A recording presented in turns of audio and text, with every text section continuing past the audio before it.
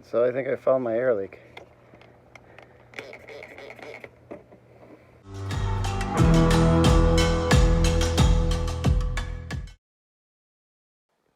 Sure that says not for parking. Pretty sure that says parking brake.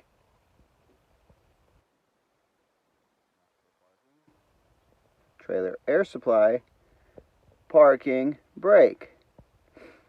Now, Mr. Nothing like a KW, I agree with that. There ain't nothing like a KW. I don't know how things were done in the 80s, but I don't set my trailer brakes or trailer air supply because don't need to. If your truck's in good working order, this guy right there is more than enough to keep your truck parked, especially in the wintertime. Because it's not fun to bang on the drums with a hammer to get them loose again and get going when the damn shoes freeze to the drums themselves. Also, here, check this out. Spring brake.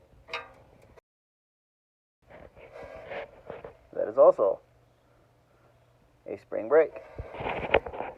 Now, just so you know, that's not enough. Check it out. This truck over here is another spring brake. And no, we're not talking about the fun that the teenagers have when they go off on a spring brake. There you go. There's another spring brake. 4. Most trucks only have 2. If your truck is not going to stay stationary with your parking brake set, you probably have other problems. You probably need to look at your sock adjusters, or your damn brakes are cammed over, which, in theory, makes your truck unsafe, and you shouldn't be operating it if it won't stay stationary with your parking brake set. That being said, I'll continue to set my parking brake and not my trailer brake because in the last 20 years, I've never had a truck run away on me. And I'm probably going to not. So, thanks for your 2 cents. But, yeah, I'm just gonna keep setting the parking brake. Thanks, though.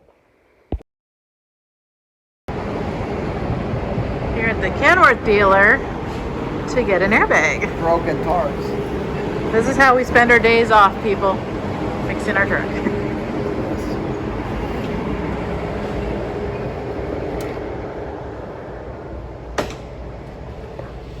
Oh, let's get some seats. These ones would work. Oh, actually, I really like this. It's got good support on my shoulder area. $247 later, we have. This is gonna be well worth washing the truck. We got a fancy truck brush. This is gonna and a big old airbag. This is gonna make us not fail an inspection at a scale for a major air leak. But will this stuff fit in the car?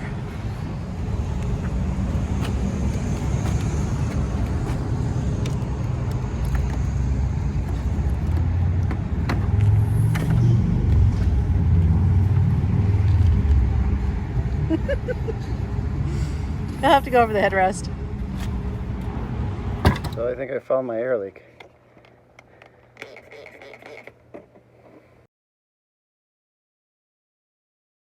That's leaking right there. You can actually hear it pretty badly, and it's the one that's probably going to be the most fun to replace. That's right under the 5th wheel. So you got to fix that. It's been annoying. That's like having a leaky tire. If you come out in the morning, it'll be flat. Well, that's the problem with this guy. It's got 2 spots where it's leaking. It's just old and dry rotted. So time to replace. Look at that sucker go down there. It's just bubbling away.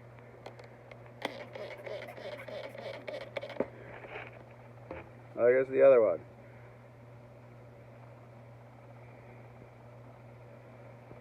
Sucks.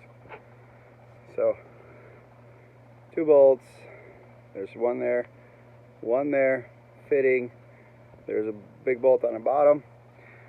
She'll come right out. Shouldn't take too long. Story of my life. It'll probably take all day because it'll probably be all seized up. Got her in her bag. I got set up. already. Got this cardboard box here because I got this grease over here on the back of the truck. So down there we got a fitting we need to remove with the airline, and that guy right there, that's the sensor for the gauges. So I gotta unplug that to undo that whole doohickey from the top, get it out. And we got 2 bolts. I believe they're like a 9/16, and we got one down there on the bottom, and then it should come right out. Should. That's why I put this here. Emphasis on should, because it's never that easy, but get to working on it. So yeah, this whole thing's gonna come out. We gotta undo this airline here. I just already been loosened. Then unplug this guy here. And be careful not to break it or hurt yourself, like I just did.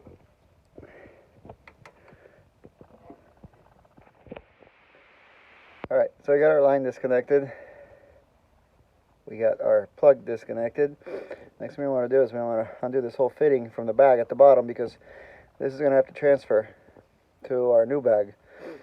And it's better to undo it now because it's bolted to the truck, so you have leverage to be able to break it loose in case it's stuck.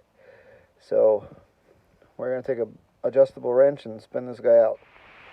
Alright, so unfortunately for me, this guy over here is in there pretty good, so I'm going to break this fitting up, because these fittings are like, it's a bushing and a fitting, so I'm going to take these out, and I'm going to get a socket on here, and we're going to get it out with the socket. 7/8 action. Suckers in there good. We got it out now.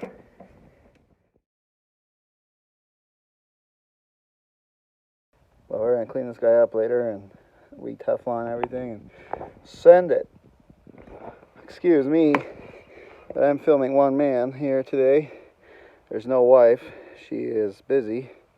Well, she's still here, but she's busy. I wanted to make sure that guy will fit in there before I go any further. This is supposed to be, it's aftermarket. It's supposed to be the same as Packer. It's aftermarket though, so that's good. We fit. So it looks like you got 2 9/16 bolts over here. We're going to tackle those next. And we don't care about crap falling in that airbag anymore, because that airbag's bad. So we don't care if there's dirt going in there. Alright, let's go get some other tools. Usually, to do a bag, I paid $150 for this airbag at the local Kenworth dealer. Usually, if you have to do this at a shop, on average, with labor and all that good stuff, you're about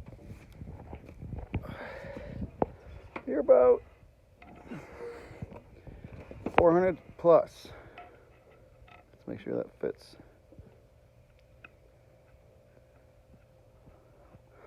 Always test fit your parts, because you're gonna go put it in there. If something's not right, you're gonna be pissed. You're gonna pull it back out. That's the story of my life. So 3/4 inch, I have my impact. Zip it out with the impact because the bag is out. Rookie mistake. Well, rookie. Call it whatever you want. In a hurry mistake. Put some blocks of wood between your frame and your rear end or wherever you can. Block it up, because if you let all the air out of your bags, I totally forgot about that, you won't be able to get the airbag out. So yeah, make sure you do that, or you're gonna hate life. But now she's out. Look what we got here. You see that? You see that? You see that? You see this? And then bam. I can film that. This is where she was leaking. Actually, it was leaking. She's leaking right here somewhere. Right there. Pretty bad. Pretty bad leak. So this is an original bag from this truck. I think most of them were I know the rear two look like they've been replaced. That one might still be original, but it's alright. The only difference between our old and our new bag is this uses a different style mount. Well, I mean, same style mount, but it uses a rod and you just get a nut. The other one was a through bolt all the way to the bag. So I like to use Teflon sealer, thread sealant paste. I don't like the tape. The paste is the best because it seals a lot better. It doesn't unravel on you. So we got those kind of cleaned up as good as they're gonna get, and we're gonna slam them back in right there. So this bag's gonna sit orientated this way. This is gonna be inside the frame rail. The way our airline is this needs to end up going this way. So we're gonna put some paste on this guy and zip it in here and make sure it ends up going that way. And the reason why you want some sort of a sealant, you can see that there was sealant on here, obviously from the factory, that I've already kind of cleaned off. Because this is pipe thread, this is going to leak. Now this kind of stuff, this is not going to leak. Pipe thread's always going to leak. You always want some sort of a Teflon paste on your, or tape, worst case scenario, on your pipe fittings. Okay. You don't want to get any on the inside of that. So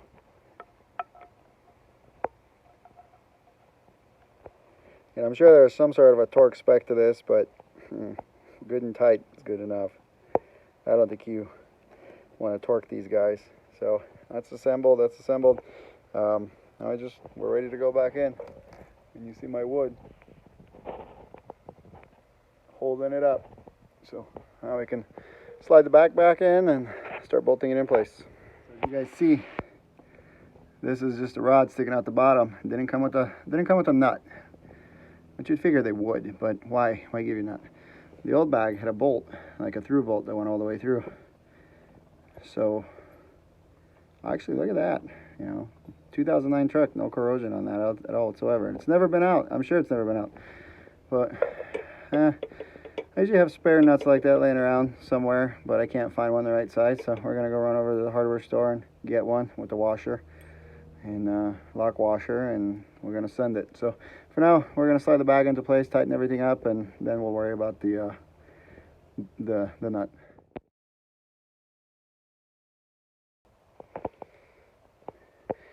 Now,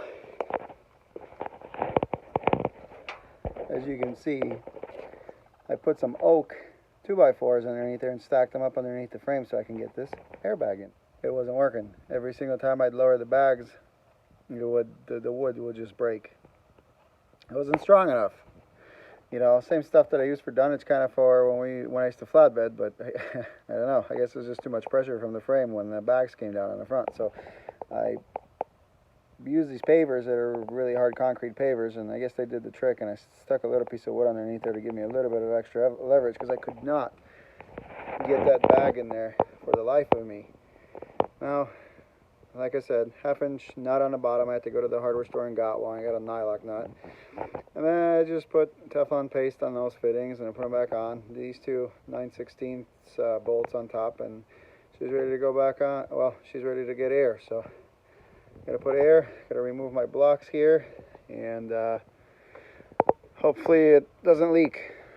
Well, it's new, so it shouldn't leak, but let's go flip the switch and put some air in these bags.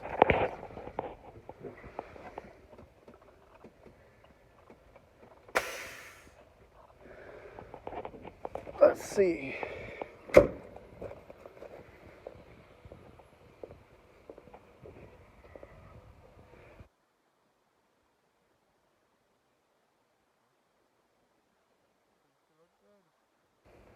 No more leaks.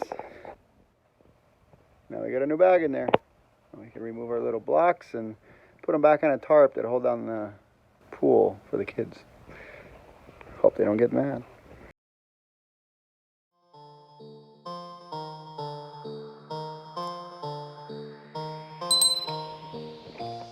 Pick it up, pick it up, pick it up, pick it up. See, if I can do this one-handed, anybody can do this. We can do this on the side of the road.